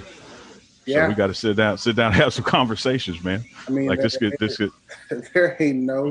There's no room for what you guys have to go through when a coach and the team is on the field and you got somebody probably inside or outside, whoever it was, going in and stealing from the coach and the team. That's beyond the ultimate disrespect. Yeah. But again, I mean, where there's darkness, there's going to be light. And you guys got Coach Prime, and he's going to keep it biblical for sure. Yeah, no doubt about it. And that's one of the things he said upon his arrival, September 21st, is that, hey, man, I'm bringing a spotlight to HBCU starting at 1400 Lynch Street. And in that spotlight, they're going to see greatness like our 4 Hall of Famers, but they're also going to see our blemishes, our warts. And he has tackled those issues. Now, some people aren't comfortable with the manner in which he does it, but as Chuck and I have talked about, you know, the guy's a Super Bowl champion, a Hall of Famer. He's excelled in business. Some of these things that you just have to say, this is his way of handling it. And we got to trust that leadership, that to solve problems, you got to first admit they exist. And he doesn't have a problem saying that this is an issue. We got to fix it. And he says it publicly. Sometimes that rubs people the wrong way. But I'll tell you this, Roy, it always solves the problem. It most definitely does. I mean, it's kind of like that. Sometimes you gotta, you know, like for instance, let's go into the African American community, right? Sometimes, in order to get new growth, you got to cut the old growth out. You know what I mean? So, like if you're a young lady at the salon, you got to cut those edges to get new growth. And sometimes you gotta. It may not be the ideal in other people's minds, but when you bring a new coach in, like for instance, Bob Stoops, when they brought Coach Bob Stoops in, we had a lot of bad actors on our team that needed to go. So he just didn't say up and get out and leave. You know what I'm saying? He just turned up the heat on us and made all the quitters quit. And all the people that wanted to be there, they wanted to stay. You know? And so it's there's always a method to Coach Prime's madness. You know what I mean? If you just stick around long enough, you'll see why he's doing certain things a certain way. And probably the reason people get uncomfortable is because they're not used to a coach of his caliber or just a coach of who he is bringing it a different way and not conceding to the athletes. Yeah, you know, interesting point, because one of the challenges in his approach has been, you know, we call out kids, student athletes, for dropping a pass. We call out kids for missing a block or coming late to a bus or a team meeting. But Coach Prime holds adults to the same standard or higher. And I think what has rubbed some folks the wrong way, and that leadership style is like, oh, no, man, we're here to motivate the young folks. Don't talk to me like that. But he's one of those kind of leaders that, no, if you're affiliated with this program, if you're affiliated with this university and we're trying to go somewhere, the standard is the standard. Oh, for sure. I mean, how can you expect, if I'm a coach, I tell a student be on the bus at 2:45 and then you see me rolling up on the bus at 2:43. Like, how can you hold that kid to a higher standard than you hold the coach? You can't. That ain't doable. You know what I mean? I need to see my coach on the bus before I get on the bus. You know, type deal. I mean, if that's what you're trying to create. But no, I mean, no, coaches or whoever, trainers, anybody. I mean, that's just the standard. I mean, how are we all going to accomplish the end goal if everybody's not on the same page? You can't. You can't. And if you're not on board, you gotta go. And it's just that simple. No doubt about it, Roy. I tell you what, you're a friend of the podcast, Tiger Talk, with the 1400 Club podcast. We definitely appreciate you for coming on and spending some time with us today. Any parting words that you have for this Jackson State fan base? No, I'm excited, and yes, Lily, I've seen your message as far as coming down. I most definitely will come down. If you can send me the schedule, I will make a game this season, 1,000%. Gotcha. 1,000%. And so everybody know, I text Roy and said, look here, man, are you coming to a spring game, or are you going to wait till the fall to come hang out with your guy Neely? Because, you know, we like to get a cigar from Churchill every now and then. And so he says that you heard it, folks, that we had Troy Aikman here last weekend and Nate Duke. So Roy Williams says he's coming. Hey, I'm just going to tell y'all something. This is my parting thing. I am literally trying to raise my kids right. I forget the game it was, but I did have them watch Jackson State University halftime show, and they were lit. My kids were lit. so I'm putting it out there. I am trying to get my kids bred on the HBCUs, man, so they can, you know what I mean, go to one. So we'll see. No doubt about it, man. Roy. That's love there. That's love. Yeah, Roy, sure. always a pleasure, man. You know, you're a friend of Mississippi. You've been to Jackson. You helped out the Mendenhall High School football Tigers down there in Simpson County. We appreciate you coming to Tiger Talk. Now, I'll tell you this now. Yes. We love inviting you here, but next time you got a helicopter hog hunt, me and Chuck ain't scared of heights now. Okay. That's I mean, right. if you want to do it, we can get something set up. Don't play. Yeah, let's make it happen. No, man, we don't play about it. Hey, we hunt to eat, man. Hey, we don't hunt to put stuff on the wall. We feel the deep freezer. Hey, you tell my boy No I said what's up, please. You tell me I said what's up. I'm gonna make sure he sees this, Please man. do. Please Chuck do. No is our receiver at Mendenhall. Okay. And you know, Roy came in and did a film session with him, man, and he motivated the hell out of No this season, man. No led in interceptions and receptions. He played both sides of the ball. So I'm gonna make sure. I've seen some of the stats, man. I'm so proud of No, man. That's my guy. I love that little dude. Man. Yeah, that's awesome. I'm gonna make sure he hears this. No. Make sure you oil those edges, my man. Make sure. Good stuff, Roy. Hey, man. Appreciate it, man. We say thee I love, but I can add on a boomer sooner for you, man. We appreciate you coming by. Respect. And we'll see you this spring. I'm gonna shoot you that schedule. Thanks, guys. Appreciate you. Thanks a Roy. lot, Roy. All right, bye. Chuck. Roy Williams, man. Yeah. That's Troy Aikman, Roy Williams, back-to-back weeks, huh? Back-to-back weeks, and let me give you kudos that you talked to Roy Williams and you didn't bring up the word horse or collar one time. Yeah, Roy will bring you down. Yeah. Well, man, we got another guest is in the house. Okay. You want to pivot into some I Love football? Why not? Let's do that. All right. So we got our co-offensive coordinator in the house. He's going to come up next, and we'll be on the split screen here, Chuck, so we'll all be on board. Coming on now. Coach Pollock. Coach Pollock. What's up, guys? Coach Michael Pollock, welcome in. Hey, how you doing? I'm glad to be here, man. Great. Awesome, man. I tell you what, great showing last week against Edward Waters. What was your personal assessment of the offense from last week? Well, I was really pleased. We didn't have any turnovers. We took care of the ball. You know, I thought our quarterback really exceeded our expectations going in. He played a really good game. You know, we were physical up front, played hard. We did hit a lull, I thought, in the second quarter when we got up 17 and didn't play with the kind of intensity that we expect to play with and we want to play with. But we put the foot back on the gas in the second half.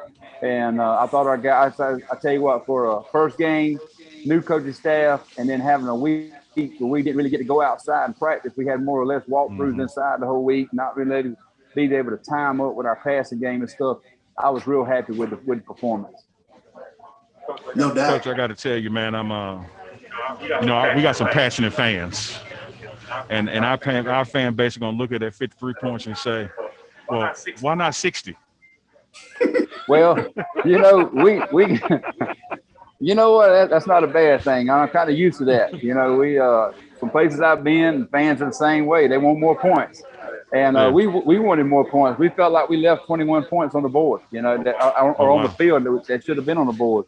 And at the end of the game, we were trying to score again there at the end, just to because Coach Prime, he wants to play the whole game, not take the foot off the gas, and do what we got to do to get better.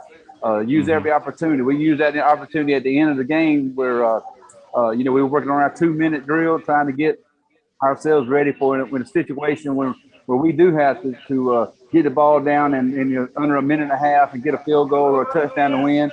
Yeah, we're not. That's not a foreign concept for us, and we got ourselves ready to do that kind of stuff. So yeah, I feel the same way they do. I'd like to have 60. I was disappointed in the 3 drives that we didn't score on, and it was just self-inflicted wounds that we did, penalties and things like that cost us. So we just got to clean that up, and we got that goal. Man, I tell you, in all seriousness, we had, like you just said, Coach, you had 3 drives that we didn't score. I think only one of those drives was a 3 and out. And so only 1 3 and out, basically scoring on every possession. The game started off kind of methodical. It was, some ground and pound action. I think SWAC fans were coming in and believing we were just going to be slinging it all over the place every play. But at the end of the day, when you look at the quarterback numbers, 18 of 20 for one of the QBs, you look at the point production, 53 points unanswered. It worked. Well, we just wanted to come in there and kind of get comfortable to begin with. Like I say, it's a new offense being put in, new just new terminology, new coaching staff and everything. And we just wanted to go in there and get some success early. We felt like our offensive line is a big advantage for us against their defensive line. We felt like we need to take advantage of that, give them some love and let them kind of pound on the guys a little bit. And then I thought that opened up some things later on for us to be able to throw the football and have time and negate their pass rush.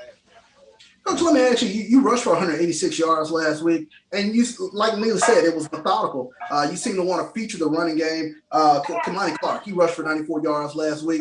But how important is it in terms of establishing the run?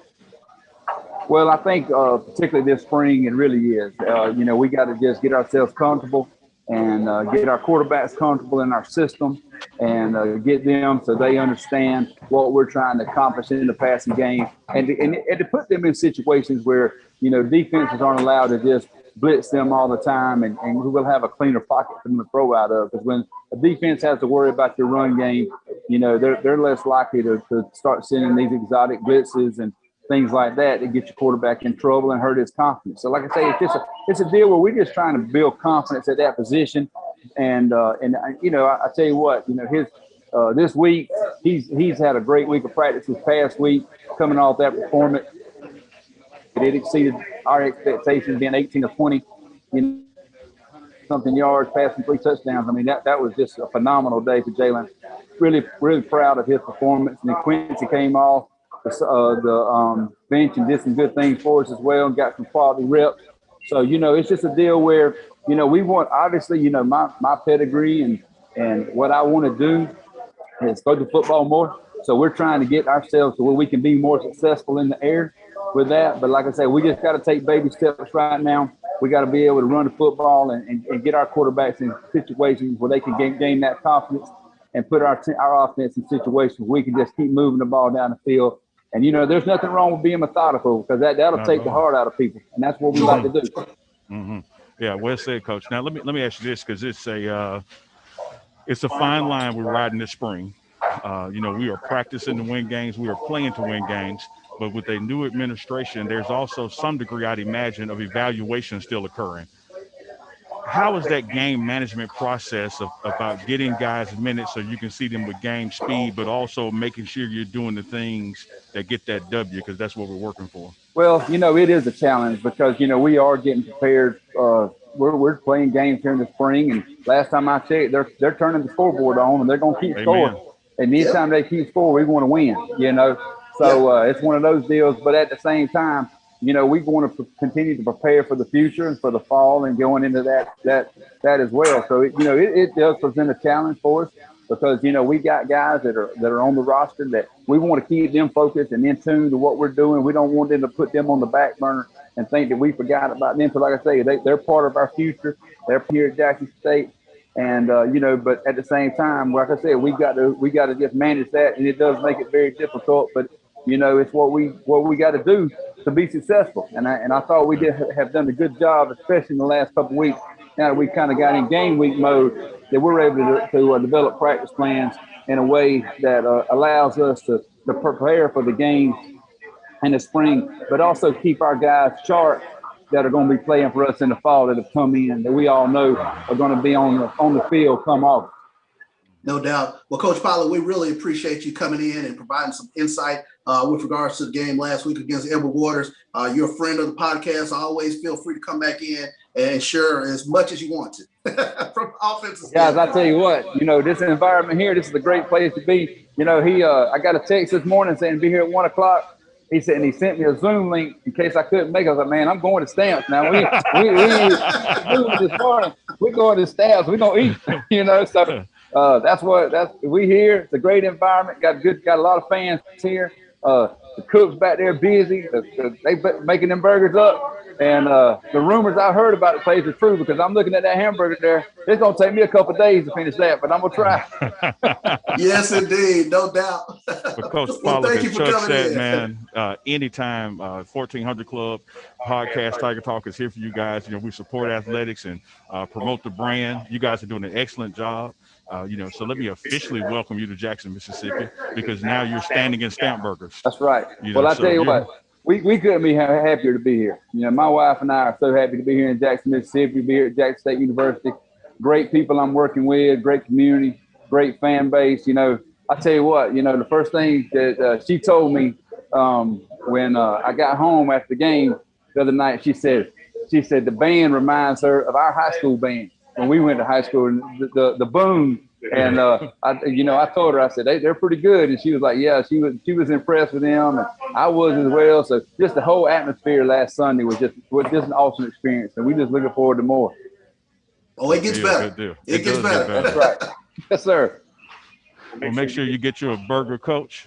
And again, we appreciate you stopping by Tiger Talk. Appreciate it, man. Club. Thank you, buddy. All love, brother. Thank you, guys. Tiger fans, that was co-offensive coordinator Michael Pollard, giving us some tidbits from this past week and what to look forward to. Chuck, that was some good information. That was red meat. No pun intended standing here at Stamps, but that was some red meat. I hope our fans enjoyed that. Yeah, no doubt about it. I thought our offense really showed a lot of improvement last week in terms of what they were able to do. We mentioned it on the podcast. It was methodical. And I think I mentioned it to you down there on the field. I can't tell you the last time I remember Jackson State going 3 and out on defense and then coming back with about a 8 or 9 play drive for a touchdown. So it was a very impressive showing last week. And I think what Coach said is spot on. We're gonna get there as far as airing that thing all around, but with limited practices this spring, and particularly limited practices against that week 1 opponent because of the ice storm. That I think the best is yet to come. And here's one thing, Chuck, that our fans need to appreciate. Not only did we put up 53 points against an opponent, not only did we shut an opponent out, you have about 4, 5, 6 guys that are on the bench that are not playing this spring that will be playing this fall. So you haven't seen the top of the top yet. And so not only when those guys are eligible to play, is it going to raise the standards because now people are truly competing for these positions. Precisely. I think the sky's the limit with this team. No doubt about it. The sky's the limit with this team. Like I just told Coach Collick, it can only get better. Last week was the first game, if you will, of the prime era. And you can just tell that this team just kind of has a different look to it. Unfortunately, not playing Mississippi Valley this week. We turn the page. We have Grambling this upcoming week. And I tell you what, you will hear on the podcast our preview of Grambling going into next week. That's right. You know, we're getting into the SWAC schedule. This was going to be the first SWAC game against Mississippi Valley here at home. It's been postponed to Sunday, March 14th, another Sunday game for the Tiger fans. So our next game will be Saturday, March 6th in Grambling. We go to Grambling, and Chuck, you the stat man. It's been some seasons since Grambling lost a game at home. Yeah, Grambling historically, they've had our number. And I tell you what, it is. They have done it with a dominating defense. They've done it with a running game. Broderick Fobbs is one of the better coaches in the SWAC.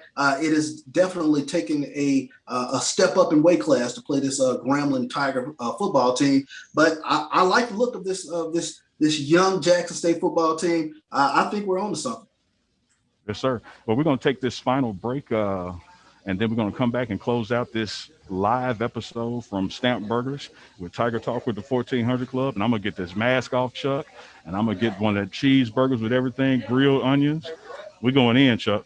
You going in? Yeah, we're going to take a break. Y'all be right back. My God. It's another sad day in America. Painful to be introduced to George Floyd during his last breath with a cop's knee on his neck. He deserves so much more. How many black lives have to be taken before something is done? We are not a threat. I am shaking as I type. This has got to stop. We are sick of it. We need conviction. I just want us all to live. Death will not stop until the powers that be are finally held accountable. Don't look away from the truth until every one of us are free from white supremacy. The world stands with cops. Criminalizing and killing of black and brown bodies is not new. It's as old as America. It's just getting filmed more. Do you know what it feels like to be hunted? To have a new hashtag for a dead black person every single day? How does one plan a life if they aren't sure they will have a life to plan? Trayvon, Armstrong, Anderson, Deborah Dance, Megan Holiday, Maya Hall, Michelle Lee Megan,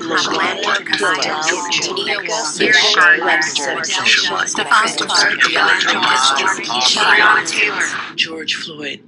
His name was George Floyd. Say his name. Say his name. George Floyd. Say his name. Say their names. Once again, and always, we fight for justice. Black Lives Matter. Black Lives Matter. Rest in power, beautiful. You didn't deserve this. Because the fight isn't over yet. You will see me choose to protect my community by wearing a face cover. And even with my face covered, you will see me. As a son. As a man with a never quit attitude. As a fighter for change. Join me in wearing a face cover. To help stop the spread of the coronavirus. Because this is one small act of kindness that has the power to make a big difference.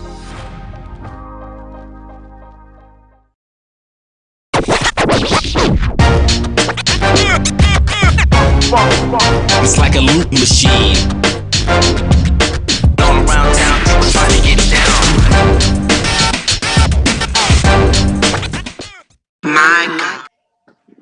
And welcome back to Tiger Talk with the 1400 Club, special live broadcast coming from Stamps Superburgers. I tell you what, Neela, we could not have gotten this done today without the help of the Black College Sports Network. They will be airing the GCAC basketball tournament this weekend. AD Drew, he's been producing a show for us today. AD, talk to us a little bit about the GCAC tournament. Well, unfortunately, the local team there in Jackson, Mississippi will not be participating in the GCAC tournament, that being the Tougaloo Bulldogs. They lost a tough one to Xavier on Wednesday night in overtime, and it seems like Xavier just has their number for the last couple of years, especially in New Orleans. And unfortunately for the women's team, that was the men's team, and for the women's team, they were succumbed by COVID. We joked about it on our podcast, Sports Rap, with Brian and myself, areas right here on the Black College Sports Network. We joked about we were wondering who the first team that was going to be eliminated from the tournament due to COVID and not due to an L.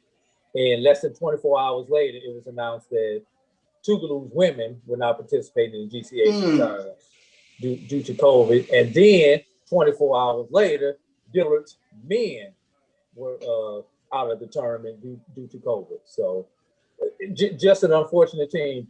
Tougaloo women were number 6, Dillard's men were number 3 in the conference. But making a long story short, GCAC, Gulf Coast Athletic Conference basketball tournament live from Jacksonville, Florida, right here on the Black College Sports Network. Action kicks off at 12 o'clock on Saturday. We've got 4 games on Saturday. We've got a 12 and a 2, followed by a 5 and a 7 o'clock game, all semifinal games.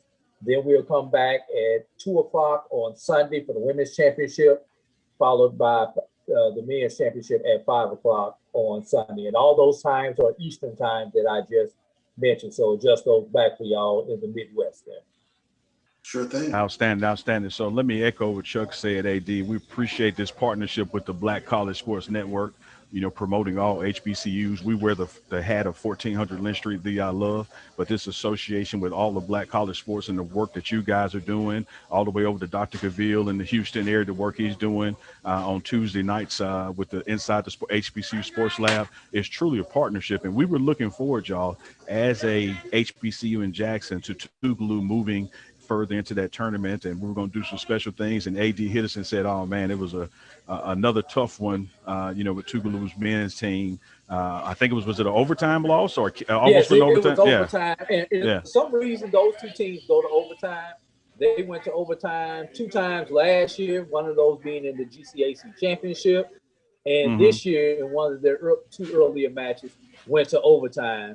Plus, the tournament game went to overtime. So if you ever go watch Tougaloo Xavier, don't make any plans after the game on the men's side because you're going to get some free basketball. And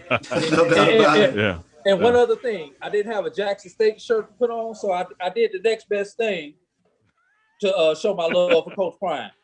Yeah, I got you. He was number 2. He was number 2 at Florida State, and his son Shador, at least in the spring and beyond, is wearing the number 2 here in Jackson. So, man, shout out again to Black College Sports Network with assisting us with this production and this live broadcast that we've done through a Facebook. Man, bringing the guests in and out. Chuck, hats off to them and these partnerships, because at the end of the day, as much as we preach 1400 Lynch Street, every kid that's going to a HBCU can't come to Jackson State. So we want to put that spotlight on all HBCUs and start just promoting that collective brand. Yes. The rising tide lifts all boats. We're in this together. No doubt about it. Truly a collective partnership. And I want to thank you again, AD, Black College Sports Network, for producing our live show today. Again, you can catch myself Tuesdays and Thursdays. Dr. Cavill's inside the HBCU Sports Lab. If it's anything involved with HBCU athletics, the Dean of Black College Sports, Dr. Kenyatta Cavill, is on top of it, myself and Mike Washington. I want to send a special shout out to the rest of the Tiger Talkers. And they do a tremendous job in helping us with our podcast. The brainchild, if you will, Corey Collins. Life is Easy. We Make It Hard. He is an author, but he is our audio producer for our podcast. He is known as the Corey C. For Greg Monaghan, Mike Bradley, Ken Clark, Big Wyatt, Jarris Boone, Claiborne. I thank you guys for listening and for always supporting. Very appreciative for everything that the Tiger Talkers do. We are sort of a Wu-Tang, if you will, of personalities. Yeah, no doubt about it. No doubt about it. Yeah, no doubt about it. And the super dope producer, the Corey C., he'll put all this together. So we're under this Tiger Talk podcast umbrella, 1400 Club umbrella. I know we're coming up against a hard break. It's got to end the show, but we got a couple minutes left, Chuck, and we had a special guest just log on. So if we could bring him on, I think we got, that 3-minute buffer plus a little bit more.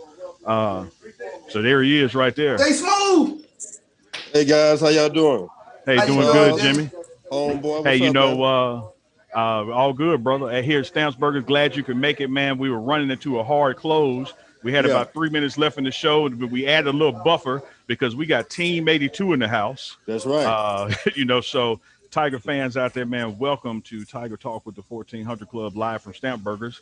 But he's live from his house, Jimmy Smith. Jimmy, what's going on, brother? I'm doing great, man. Glad to be on the show. Glad to see your homeboy doing well. I'm proud of you, what you're doing for our alma mater. And I couldn't be happier, man. Good stuff. Good stuff. Jimmy, you got an opportunity to catch this team first week against Edward Waters. What were your impressions? Well, I was looking at all the fundamental and paying attention to detail is what I was looking at.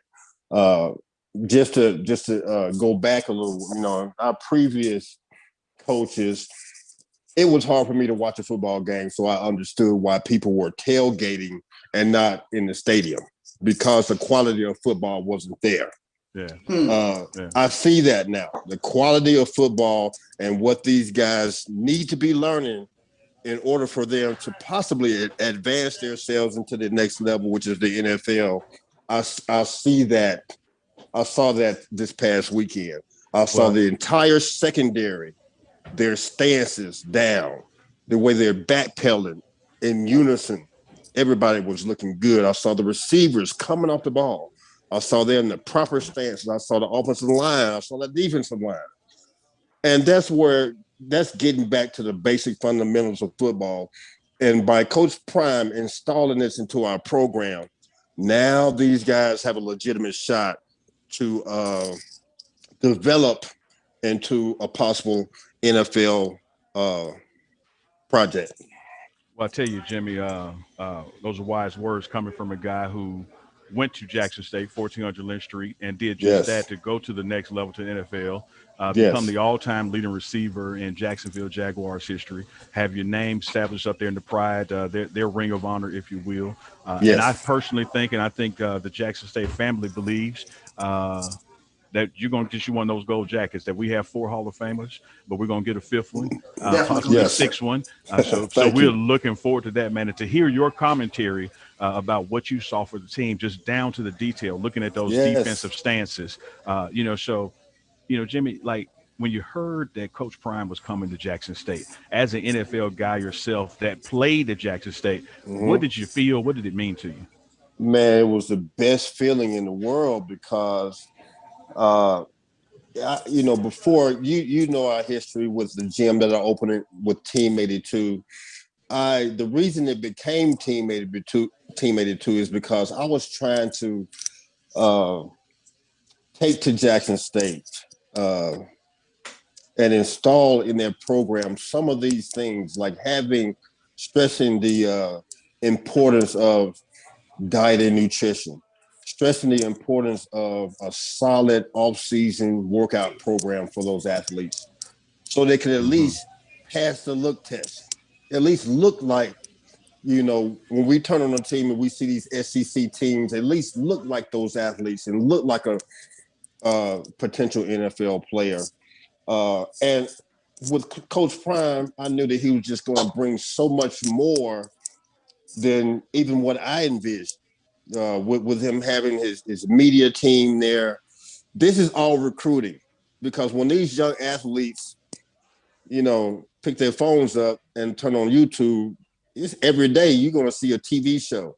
And the work that you guys are doing with 1400 Club, I'm proud of y'all, because it gives us something to look forward to, and it gives us an opportunity to be proud of I love Jackson State University. No doubt about it. Listen, we're going to bring you back. We're going to bring you back on the 1400 Club podcast to get into any and all things Jimmy Smith. We're up against a hard close. Yes. I want to thank you, Jimmy. I want to thank Black College Sports Network. Neely, you've held it down over there at Stamps, man. Tell them who our sponsors were again today real quick. Hey, man, Jimmy, don't you move, because we're up against a hard close, but we got a couple of minutes. We're going to hold on to our best and brightest right there. We got Chambers and Gaylord Law Firm, of course, Stamps Burgers, where we are, Churchill Smoke Shop. So a lot of people came together to bring this apart, to make this happen, to bring everything together today, to be here live at this historic. And I know Jimmy Smith loves some Stamps Burgers. He can't wait to get back to Jackson and get one. I'm so envious of you right now. Staying here, right? Man, it's been killing me to look over this counter, Jimmy. What can we do? Not just alums, but specifically former athletes like yourself that played Tiger football under W.C. Gordon and Big Daddy. What can you guys do, to galvanize and help this program and help these young people follow in the footsteps and go to the next level like Jimmy Smith did? Well, I think being involved in the program and supporting our program, like I see a lot of our former athletes doing, supporting our, we feel good about Jackson State now. There was a point in time when I was playing in the NFL, and I was actually ashamed to, of my university because it was being run so poorly. Now with what Ashley Robinson has done as an AD, bringing in Coach Prime and the decisions that Coach Prime has already made, man, I'm proud that I went to Jackson State. Forget these SEC schools. I'm more proud of Jackson State because right now, and when I think about the state of Mississippi and I think about Ole Miss, Mississippi State, and Southern Miss, and Jackson State, if I'm an athlete and I have those choices, you know where I'm going. I'm going right to the capital city. I'm not going down in them woods, and I'm not going up into the Delta. I'm coming right to the capital city where my chances of making it to the NFL are much greater by going to Jackson State. Chuck. Sure thing. Chuck, what a close. What a close. To not only have, Jimmy Smith, a future Hall of Famer, NFL Pro Football Hall of Famer, join us on Tiger Talk, one of our alums, one who helped elevate this program and build on that tradition in that WC Gordon area with that red trim. Jimmy, we appreciate you stopping by, man. And again, as Chuck said, we're going to get you on a full episode to dig deeper into some of this stuff. But we appreciate you stopping by, man. I know our fans appreciate it. Anytime, I look forward to it, Chris. My homeboy. Thank you, Jimmy. My home. Thank you, Charles. For myself, Charles Bishop, my guy Neely back in Jackson, Mississippi. Tiger Talk with the 1400 Club, brought to you by the Black College Sports Network. Thank you, everybody, for joining in. We'll see you on the other side.